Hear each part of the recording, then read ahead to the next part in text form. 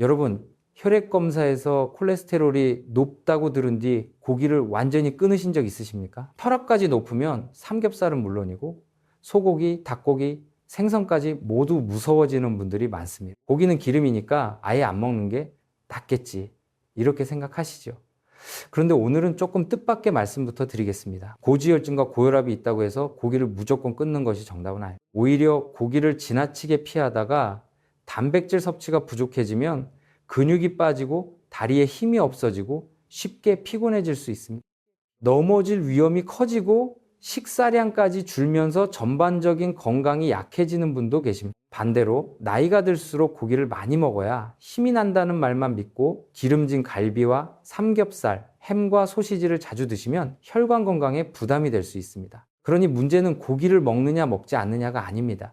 어떤 고기를 고르고 어느 부위를 먹고 어떻게 조리하고 무엇과 함께 먹느냐가 훨씬 중요합니다. 오늘 영상 끝까지 보시면 고지혈증과 고혈압이 있는 분이 비교적 안심하고 선택할 수 있는 고기, 가능하면 줄여야 할 고기, 심장과 뼈를 함께 지키는 식사법까지 아주 쉽게 정리해 드리겠습니다. 특히 많은 분이 건강식이라고 믿고 먹지만 실제로는 나트륨이 너무 많아 혈압을 올릴 수 있는 고기가 있습니다. 반대로 기름져 보여서 무조건 피했는데 조리법만 잘 선택하면 심혈관 건강에 도움이 될 수 있는 음식도 있습니다. 이 차이를 모르고 드시면 좋은 재료를 사놓고도 좋지 않은 방식으로 먹게 됩니다. 안녕하세요. 서울 건강닥터 이승훈 교수입니다. 진료실에서 이런 분을 자주 만납니다. 68살 김영수 씨는 건강검진에서 LDL 콜레스테롤과 중성지방이 높고 혈압도 관리가 필요하다는 말을 들었습니다. 그날부터 고기를 거의 끊었습니다. 아침에는 흰죽이나 식빵, 점심에는 국수, 저녁에는 밥에 김치와 국을 드셨습니다. 김 씨는 자신이 굉장히 건강하게 먹고 있다고 생각했습니다. 삼겹살도 안 먹고 소고기도 안 먹고 달걀 노른자도 피했으니까요. 그런데 석 달 뒤 몸무게는 줄었지만 허벅지와 팔이 눈에 띄게 가늘어졌습니다. 계단을 오르면 다리가 후들거리고 오후가 되면 기운이 빠졌습니다. 더 놀라운 거는 중성지방이 기대만큼 좋아지지 않았다는 사실입니다. 고기는 줄였지만 배고플 때마다 빵과 떡을 먹고 과일 주스를 마시고 국수와 흰밥의 양은 오히려 늘었기 때문입니다. 한국지질 동맥경화학회도 단순당과 정제된 탄수화물의 과다 섭취가 중성지방을 높일 수 있으며 잡곡과 채소, 해조류 등 식이섬유가 풍부한 식품을 충분히 먹는 것이 중요하다고 안내합니다. 그러므로 혈중 지방이 높다고 해서 고기만 끊고 밥, 면, 떡, 빵, 단 음료를 많이 먹는다면 방향을 잘못 잡을 수 있습니다. 김 씨의 식사를 다시 살펴보니 또 다른 문제가 있었습니다. 고기 대신 국과 찌개를 자주 먹었고 김치와 젓갈로 밥을 넘겼습니다. 단백질은 줄었지만 나트륨은 줄지 않았던 것이죠. 여기에서 오늘의 첫 번째 핵심이 나옵니다. 고혈압 환자에게는 고기 자체보다 고기에 붙어있는 소금, 양념, 국물, 가공 과정이 더 큰 문제가 되는 경우가 많습니다. 생닭고기 한 조각과 닭가슴살 햄은 같은 닭이 아닙니다. 생돼지고기 안심과 햄, 베이컨, 소시지도 몸에서는 전혀 다르게 받아들여질 수 있습니다. 질병관리청은 고혈압 관리를 위해 국, 찌개, 라면처럼 한 번에 많은 염분을 섭취할 수 있는 음식을 줄이고 가공되지 않은 신선한 육류와 채소를 선택하도록 안내하고 있습니다. 그렇다면 가장 먼저 어떤 고기를 선택하는 것이 좋을까요? 저라면 첫 순서에 생선을 놓겠습니다. 생선도 넓은 의미에서는 동물성 단백질입니다.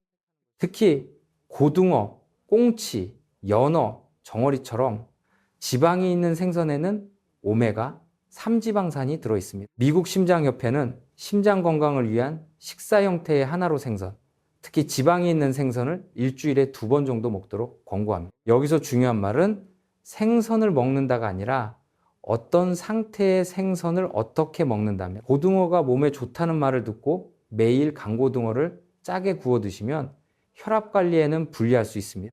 고등어 조림을 만들면서 간장과 고추장을 많이 넣고 남은 양념에 밥을 비벼 먹는다면 오메가3의 장점보다 나트륨과 과식의 문제가 더 커질 수 있습니다. 가능하면 소금에 절이지 않은 생물이나 냉동 생선을 고르십시오.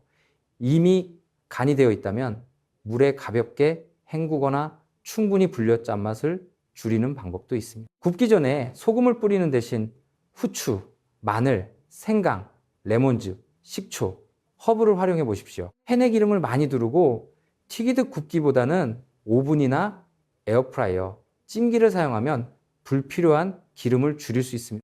다만 에어프라이어를 사용해도 소금과 양념을 많이 넣으면 건강식이 되지는 않습니다. 조리기구보다 간이 더 중요합니다. 생선 한 토막을 먹을 때는 밥상 전체를 함께 보셔야 합니다. 고등어구이에 된장찌개, 김치, 젓갈, 장아찌를 모두 올려놓으면 짠 음식이 겹칩니다. 이때는 국을 빼고 데친 채소나 싱거운 나물, 생채소를 곁들이는 편이 좋습니다. 뼈 건강까지 생각한다면 뼈째 먹을 수 있는 작은 생선도 도움이 될 수 있습니다. 다만 멸치볶음처럼 간장과 물엿을 많이 넣어 만든 반찬은 생각보다 짜고 달 수 있습니다.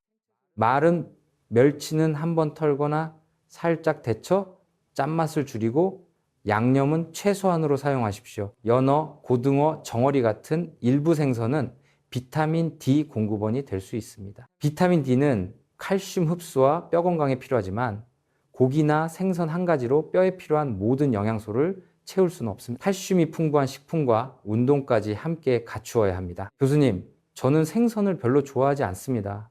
그러면 닭고기를 먹어도 됩니까? 물론입니다. 생선 다음으로 활용하기 쉬운 거는 껍질을 제거한 닭고기입니다. 닭가슴살만 먹어야 한다고 생각하실 필요는 없습니다.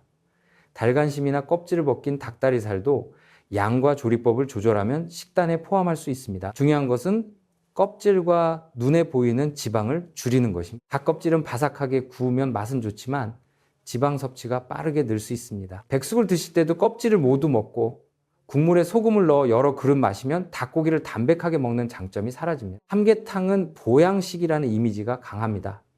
몸이 지치면 국물까지 남김없이 먹어야 기운이 난다고 생각하시죠. 그러나 고혈압이 있는 분에게는 국물의 간과 섭취량을 반드시 살펴야 합니다. 닭고기 살은 적당히 먹고 껍질을 덜어내고 소금은 따로 찍지 않거나 아주 조금만 사용하는 편이 좋습니다. 국물은 맛만 보는 정도로 줄이는 것이 안전합니다. 시판 닭가슴살 제품도 조심해야 합니다. 포장에 단백질, 저지방, 건강이라는 글자가 크게 쓰여 있어도 훈제, 소시지, 스테이크 형태로 가공한 제품은 나트륨이 높을 수 있습니다. 장을 볼 때는 앞면의 광고 문구보다 뒷면의 영양 정보를 보십시오.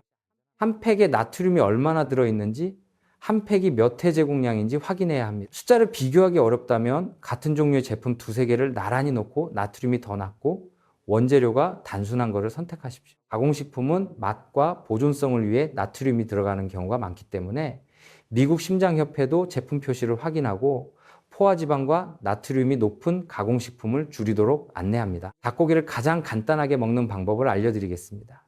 껍질을 벗긴 닭고기에 후추와 마늘을 조금 바르고 양파, 버섯, 파프리카와 함께 팬에 익히십시오. 간장은 처음부터 많이 붓지 말고 다 익은 뒤 향을 낼 정도로만 소량 사용합니다. 채소에서 수분이 나오기 때문에 기름과 양념을 많이 넣지 않아도 부드럽게 익힐 수 있습니다. 씹기 어려운 분은 닭고기를 잘게 찢어 두부, 부추, 버섯과 함께 전골처럼 끓이되 국물은 싱겁게 만드십시오. 이제 돼지고기를 이야기해 보겠습니다. 고지혈증이 있으면 돼지고기는 무조건 금지라고 생각하는 분이 많습니다. 그러나 돼지고기도 부위에 따라 지방 함량이 크게 다릅니다.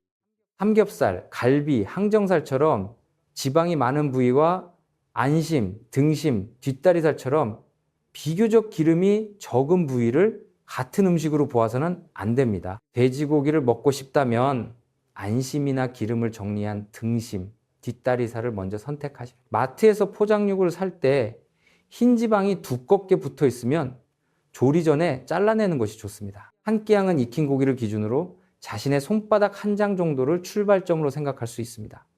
손가락까지 포함한 커다란 접시가 아니라 손바닥 부분 정도입니다.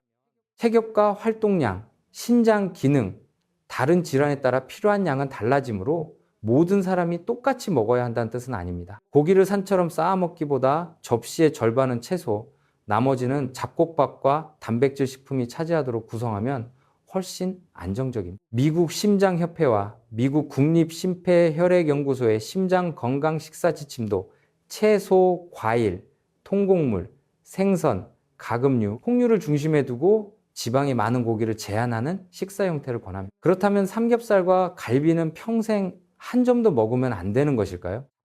그렇게 극단적으로 생각하면 식사 관리가 오래 가기 어렵습니다. 가족 모임에서 한두 번 먹었다고 치료가 모두 실패하는 것은 아닙니다. 중요한 것은 빈도와 양, 그리고 함께 먹는 음식입니다. 삼겹살을 먹는 날에는 처음부터 고기 양을 정해 놓으십시오. 접시가 비면 계속 추가하는 방식보다 각자 먹을 양을 나누어 두는 것이 좋습니다. 상추, 깨씨, 버섯, 양파를 충분히 굽고 쌈장과 소금 기름장은 최소한만 사용하십시오. 이때 가장 위험한 순간은 고기를 다 먹은 뒤입니다. 된장찌개에 밥을 말고 냉면을 주문하고 소주까지 마시면 지방뿐 아니라 나트륨, 정제탄수화물, 알코올이 한꺼번에 들어옵니다. 고기를 적게 먹었으니 냉면은 괜찮다고 생각하지 마십시오. 중성지방은 기름만으로 올라가는 것이 아닙니다. 과도한 탄수화물, 단순당, 술도 중성지방 관리에 불리할 수 있습니다. 고혈압과 고지혈증이 함께 있다면 한 가지 음식만 범인으로 지목하지 않는 태도가 필요합니다. 혈관은 하루에 삼겹살 한 점보다 매일 반복되는 식사 습관에 더 오랫동안 영향을 받습니다. 아침마다 짠국을 먹고 점심에는 국수 국물을 마시고 오후에는 달콤한 커피를 마시고 저녁에는 가공육을 먹는다면 고기를 한번 줄이는 것만으로는 충분하지 않습니다. 반대로 일주일 대부분은 생선, 두부, 채소, 잡곡, 기름이 적은 고기를 싱겁게 먹고 가끔 가족과 소량의 좋아하는 음식을 즐긴다면 훨씬 현실적으로 관리할 수 있습니다. 여기에서 두 번째 핵심을 기억하십시오. 심장에 좋은 고기는 이름으로 결정되지 않습니다. 부위, 가공 여부, 조리법, 양, 반찬이 함께 결정합니다. 고등어도 소금에 절여 짜게 먹으면 혈압에 부담이 될 수 있습니다. 닭고기도 껍질을 튀겨 먹으면 지방이 많아집니다. 돼지고기도 안심을 채소와 싱겁게 조리하면 활용할 수 있습니다. 소고기도 살코기를 적당량 먹는 것과 기름진 갈비를 양념에 재워 많이 먹는 것은 다릅니다. 그렇다면 뼈를 튼튼하게 하려면 고기를 많이 먹어야 할까요? 단백질은 근육을 유지하는 데 중요하고 근육은 뼈와 관절을 보호하며 넘어짐을 줄이는 데 도움을 줍니다. 하지만 고기만 많이 먹는다고 뼈가 저절로 단단해지는 것은 아닙니다. 집을 지을 때 기둥 하나만 세워서는 집이 완성되지 않는 것과 같습니다. 단백질은 중요한 기둥이지만 칼슘, 비타민 D, 충분한 에너지 섭취, 걷기와 근력 운동, 균형 감각이 함께 필요합니다. 칼슘은 우유와 요구르트 같은 유제품, 칼슘이 들어있는 두부, 뼈째 먹는 작은 생선, 일부 녹색 채소 등으로 보충할 수 있습니다. 우유를 드시면 가능하면 저지방이나 무지방 제품을 활용하는 방법도 있습니다. 다만 신장 질환으로 칼륨이나 인을 제한해야 하는 분, 유제품을 먹으면 설사하는 분, 결석병력이 있는 분은 일반적인 건강식단을 그대로 따라하지 말고 의료진과 상의해야 합니다. 칼슘 영양제도 많이 먹는다고 뼈가 무조건 강해지는 것은 아닙니다.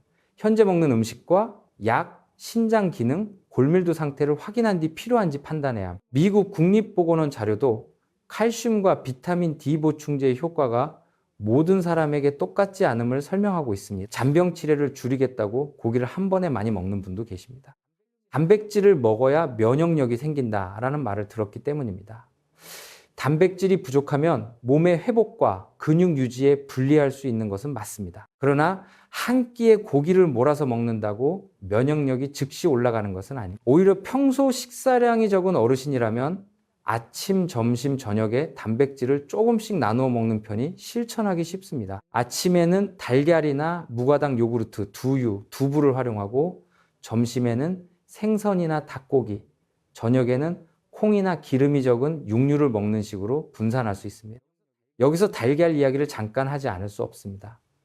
고지혈증 진단을 받은 뒤 달걀을 완전히 끊는 분이 많습니다. 하지만 혈중 콜레스테롤은 달걀 한 가지로만 결정되지 않습니다. 평소 포화지방이 많은 고기, 튀김, 가공식품을 얼마나 먹는지, 체중과 운동 상태는 어떤지, 당뇨병이나 가족력이 있는지 등을 함께 보아야 합니다. 달걀 섭취량은 개인의 검사 결과와 전체 식단에 맞춰 조정하십시오. 삶은 달걀을 먹으면서 소금에 찍지 않고 채소와 함께 먹는 것과 달걀을 햄과 버터에 볶아 빵과 달콤한 음료를 곁들이는 것은 전혀 다른 식사입니다. 고기를 먹는 시간도 중요합니다.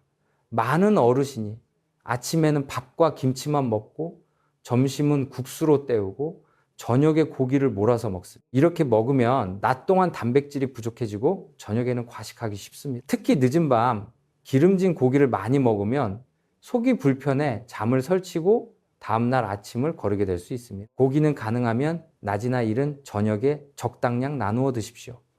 아침에 고기가 부담스럽다면 두부, 달걀, 우유나 요구르트 등 먹기 편한 단백질 식품을 활용하십시오. 씹는 힘이 약해 고기를 피하는 분은 질긴 부위 대신 생선, 다진 닭고기, 두부를 섞은 완자, 잘게 찢은 살코기를 선택할 수 있습니다. 다만 시판 완자와 떡갈비는 가공육일 수 있으므로 영양 표시를 확인해야 합니다. 집에서 완자를 만들 때는 다진 닭고기나 돼지고기 안심에 으깬 두부와 잘게 썬 버섯, 양파를 섞어 보십시오. 고기만 사용했을 때보다 부드럽고 채소 섭취도 늘릴 수 있습니다. 소금 대신 마늘, 후추, 들깨가루를 소량 사용하면 향이 살아납니다. 들깨가루도 열량이 있으므로 몸에 좋다고 숟가락으로 많이 넣지는 마십시오. 이제 실제 장보기를 함께 해보겠습니다. 마트 정육 코너에 갔을 때 먼저 고기의 색보다 흰 지방의 양을 보십시오. 눈에 보이는 지방이 적고 양념하지 않은 생고기를 선택합니다. 양념 불고기, 매콤제육, 훈제, 직화, 바비큐라는 이름이 붙은 제품은 편리하지만 나트륨과 당류가 높을 수 있습니다. 가능하면 양념하지 않은 고기를 사서 집에서 싱겁게 조리하십시오. 생선 코너에서는 간, 염장, 방건조라는 표시를 확인하십시오. 고등어 자체보다 소금에 얼마나 절였는지가 혈압 관리에 중요할 수 있습니다. 냉동 생선도 괜찮습니다.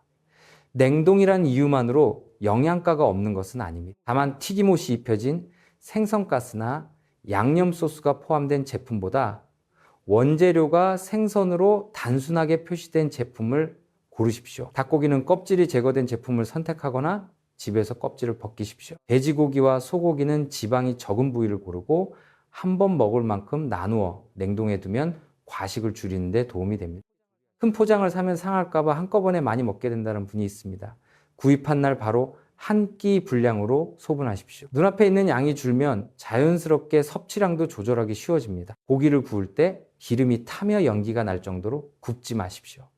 겉을 새까맣게 태우기보다 속까지 안전하게 익히되 타지 않도록 조리하는 것이 좋습니다. 튀김옷을 입히거나 버터를 많이 사용하기보다는 찌기, 삶기, 굽기, 볶기를 활용하십시오. 볶을 때는 기름을 먼저 많이 붓지 말고 물이나 채소 수분을 활용해 익힌 뒤 필요한 만큼만 기름을 사용합니다. 고기를 삶은 물은 영양이 모두 빠져나왔으니 반드시 마셔야 한다고 생각하는 분도 계십니다. 하지만 국물에는 지방과 나트륨이 들어갈 수 있습니다. 특히 가늘한 국물은 남기는 것이 혈압 관리에 유리합니다. 양념장을 만들 때도 작은 변화가 큰 차이를 냅니다. 간장 한 숟가락을 그대로 사용하는 대신 물, 식초, 레몬즙, 다진 양파를 섞어 양을 늘리면 실제 간장 섭취는 줄이면서도 찍어 먹는 만족감을 유지할 수 있습니다. 쌈장을 접시에 넓게 담지 말고 작은 종지에 덜어 보십시오. 그릇이 크면 자신도 모르게 많이 찍게 됩니다. 소금통은 식탁에 올려놓지 않는 것이 좋습니다. 사람은 눈앞에 있으면 습관적으로 사용합니다. 싱거우면 먼저 후추나 식초, 레몬즙, 마늘, 파 같은 향을 더해 보십시오. 고혈압에 좋다는 이유로 칼륨이 많은 채소와 과일을 갑자기 많이 먹는 분도 있습니다. 일반적으로 채소와 과일을 충분히 먹는 식사 형태는 혈압 관리에 도움이 될 수 있습니다. 하지만 만성 콩팥병이 있거나 혈중 칼륨이 높다는 말을 들은 분은 반드시 의료진과 상의해야 합니다. 질병관리청 역시 칼륨이 나트륨 배출에 도움을 줄 수 있다고 설명하지만 환자의 질환과 약물에 따라 적용이 달라질 수 있습니다. 혈압약 중에는 칼륨 수치에 영향을 줄 수 있는 약도 있습니다. 건강에 좋다는 소금 대체제를 임의로 사용하지 마십시오. 일부 저염 소금에는 칼륨이 많이 들어있을 수 있습니다. 고지혈증약을 먹고 있으니 마음대로 먹어도 된다고 생각해서도 안 됩니다. 반대로 식사를 바꿨으니 약을 끊어도 된다고 판단해서도 안 됩니다. 스타틴을 비롯한 지질 저하제와 혈압약은 심혈관 위염과 검사 결과에 따라 처방됩니다. 음식은 치료의 중요한 부분이지만 처방약을 임의로 대체하지 않습니다. 식사를 바꾼 뒤에는 집에서 혈압을 규칙적으로 재고 의료진이 권한 시기에 혈액 검사를 다시 받으십시오. 한두 번의 혈압만 보고 약효나 식사의 성공 여부를 판단하지 마십시오. 혈압은 측정 자세와 시간, 카페인, 운동, 긴장에도 영향을 받습니다. 측정 전에는 잠시 앉아서 쉬고 등을 기대고 발바닥을 바닥에 두고 팔을 심장 높이에 놓는 것이 좋습니다. 집에서 잰 혈압이 평소보다 높다고 약을 2배로 먹거나 반대로 하루 정상으로 나왔다고 약을 거르지 마십시오. 반복해서 높거나 낮으면 기록을 가지고 진료를 받으십시오. 교수님, 그러면 일주일 동안 어떤 식으로 먹으면 좋습니까? 복잡한 식단표를 외울 필요는 없습니다. 한 주의 단백질 자리를 한 종류의 고기가 독점하지 않도록 돌려보십시오. 생선을 2번 정도 넣고 닭고기와 기름이 적은 돼지고기나 소고기를 적절히 나누십시오. 그 사이에는 두부, 콩, 달걀 같은 식품을 활용합니다. 생선을 반드시 정확히 2번만 먹으라는 뜻은 아니에요. 자신의 식사량과 질환에 맞춰 다양하게 구성하라는 의미입니다. 예를 들어 어느 날 저녁에 싱겁게 구운 고등어를 먹었다면 다음 날은 두부버섯 볶음, 그 다음 날은 껍질을 제거한 닭고기와 채소찜을 먹을 수 있습니다. 주말 가족 식사에서 소고기를 먹는다면 기름이 적은 부위를 선택하고 양을 줄이며 채소를 충분히 곁들이십시오. 다음 날 굶어서 보상할 필요는 없습니다. 평소 식사로 차분히 돌아오면 됩니다. 식사 관리는 벌을 받는 일이 아닙니다. 어제 조금 많이 먹었다고 오늘 아무것도 먹지 않으면 저녁에 다시 폭식할 가능성이 커집니다. 한 끼의 실수보다 중요한 것은 다음 끼니의 선택입니다. 외식할 때도 같은 원칙을 적용할 수 있습니다. 생선구이집에서는 간이 덜 된 생선을 요청하고 국은 적게 먹습니다. 백반집에서는 햄이나 장조림보다 두부, 생선, 나물 반찬을 우선합니다. 고깃집에서는 처음부터 살코기 부위를 주문하고 양념갈비보다 생고기를 선택하십시오. 양념을 찍지 않은 채소와 버섯을 충분히 먹고 후식냉면과 찌개는 여러 명이 조금씩 나누거나 생략합니다. 편의점에서 식사를 해결해야 한다면 소시지와 컵라면, 조합보다 삶은 달걀, 무가당 두유나 우유, 샐러드, 나트륨이 비교적 낮은 단백질 식품을 조합하는 편이 낫습니다. 다만 샐러드 드레싱과 포장 닭가슴살의 나트륨을 함께 확인하십시오. 건강식품 2개를 골라도 둘 다 짜면 전체 나트륨은 높아질 수 있습니다. 입맛이 없을 때는 짠 음식이 당깁니다. 나이가 들면서 미각이 둔해져간을 세게 해야 맛을 느끼는 분도 계십니다. 이럴 때 소금만 줄이면 음식이 밋밋해져 오래 지속하기 어렵습니다. 식초의 신맛, 참기름이나 들기름의 향, 볶음깨, 마늘, 파, 생강, 후추를 적절히 활용하십시오. 다만 참기름과 들기름도 기름입니다. 좋은 기름이라는 이유로 밥에 여러 숟가락씩 붓지 마십시오. 소량으로 향을 내는 정도가 좋습니다. 매운맛도 소금을 줄이는 데 도움을 줄 수 있지만 위장 질환이 있거나 매운 양념 때문에 밥을 많이 먹게 되는 분은 조심해야 합니다. 고추장에는 나트륨과 당이 들어있으므로 고추장을 많이 넣는 방식은 저염식이 아닙니다. 고기를 채소와 함께 먹으라는 말을 듣고 상추쌈을 많이 먹지만 매번 쌈장을 듬뿍 올리면 효과가 줄어듭니다. 쌈장 없는 쌈을 몇 번 먹고 필요한 경우에만 소량 찍어 보십시오. 김치도 채소니까 마음껏 먹어도 된다고 생각하지 마십시오. 김치는 좋은 발효식품이지만 염분을 함께 고려해야 고기 한 점마다 김치를 크게 올리면 짠맛이 누적됩니다. 싱거운 겉절이나 생채소, 대친, 양배추, 오이, 토마토 등으로 일부를 바꾸어 보십시오. 국과 김치, 장아찌, 젓갈이 한 상에 모두 올라오지 않게 하는 것만으로도 큰 변화가 생깁니다. 이쯤에서 김영수 씨의 이야기를 다시 해보겠습니다. 김 씨에게 고기를 다시 많이 먹으라고 한 것은 아닙니다. 아침에는 달걀이나 두부를 조금 추가하고 점심 국수는 양을 줄이면서 닭고기나 콩 반찬을 곁들이게 했습니다. 저녁에는 일주일에 몇 차례 생선과 기름이 적은 육류를 손바닥 크기 정도로 먹고 국물과 김치향을 줄였습니다. 과일 주스는 과일 한 조각으로 바꾸고 빵과 떡을 간식처럼 반복해서 먹는 습관도 줄였습니다. 처음에는 싱거우면 무슨 맛으로 먹습니까? 라고 하셨습니다. 그래서 한꺼번에 모든 간을 줄이지 않고 국물부터 절반 남기고 식탁에 소금통을 치우고 양념장을 작은 종지로 바꾸게 했습니다. 걷기만 하던 운동에는 의자에서 천천히 일어났다 안기와 벽을 짚고 하는 가벼운 근력 운동을 추가했습니다. 무릎이 아픈 날에는 횟수를 줄이고 무리하지 않았습니다. 몇 달 뒤 김 씨는 체중 숫자보다 중요한 변화를 느꼈습니다. 계단을 오를 때 다리가 덜 흔들리고 오후에 피로가 줄었습니다. 혈압과 혈액 검사는 담당 의료진과 함께 계속 확인했습니다. 여기에서 꼭 말씀드릴 것이 있습니다. 어떤 식단도 모든 사람에게 같은 결과를 보장하지 않습니다. 나이, 체중, 유전, 당뇨병, 신장 기능, 간질환, 복용량, 활동량에 따라 반응은 달라집니다. 특히 만성 콩팥병이 있는 분은 단백질의 양과 종류를 임의로 늘리지 마십시오. 투석 전인지, 투석 중인지에 따라서도 필요한 단백질 양이 달라질 수 있습니다. 통풍이나 요산 수치가 높은 분도 내장육과 일부 해산물, 음주를 포함한 전체 식단을 의료진과 상의해야 합니다. 고기를 끊거나 특정 생선만 매일 먹는 식의 극단적인 방법은 피하시고, 지방간과 중성지방이 높은 분은 고기뿐 아니라 술, 달콤한 음료, 과자, 빵, 떡, 야식의 양을 함께 살펴야 합니다. 당뇨병이 있는 분은 양념육에 설탕과 식사 후 혈당까지 고려해야 합니다. 저지방이라는 표시가 있어도 당류나 나트륨이 높을 수 있습니다. 골다공증이 있는 분은 단백질만 늘릴 것이 아니라 골밀도 검사 결과 칼슘과 비타민 D 섭취, 낙상 위험, 운동, 처방약을 함께 관리해야 합니다. 고기를 먹고 가슴이 답답하거나 소화가 안 된다고 모두 심장병은 아닙니다. 하지만 가슴을 누르는 통증이 지속되거나 식은땀이 나거나 숨이 차거나 통증이 팔이나 턱으로 퍼지는 경우에는 단순한 체기로 넘기지 말고 즉시 응급진료를 받아야 합니다. 한쪽 팔이나 다리에 갑자기 힘이 빠지고 말이 어눌해지거나 얼굴 한쪽이 처지고 갑작스러운 심한 두통이 생기는 경우도 지체하지 말아야 합니다. 혈압과 콜레스테롤은 증상이 없다고 안전한 것이 아닙니다.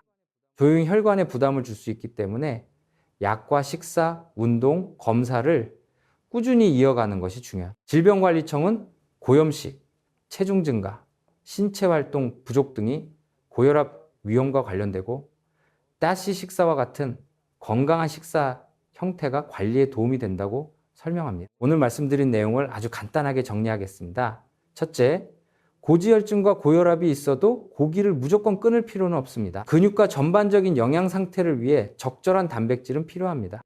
둘째, 우선 선택할 수 있는 동물성 단백질은 소금에 절이지 않은 생선, 특히 고등어와 연어 같은 지방이 있는 생선입니다. 튀기거나 짜게 조리지 말고 일주일 식단에 규칙적으로 넣어보십시오. 셋째, 닭고기는 껍질을 제거하고 돼지고기와 소고기는 안심, 우둔, 홍두깨, 뒷다리처럼 기름이 적은 부위를 고릅니다. 눈에 보이는 지방은 덜어내고 한 끼에 과식하지 않습니다. 넷째, 햄, 소시지, 베이컨, 스팸처럼 나트륨과 포화지방이 많을 수 있는 가공육은 일상적인 단백질 공급원으로 삼지 마십시오.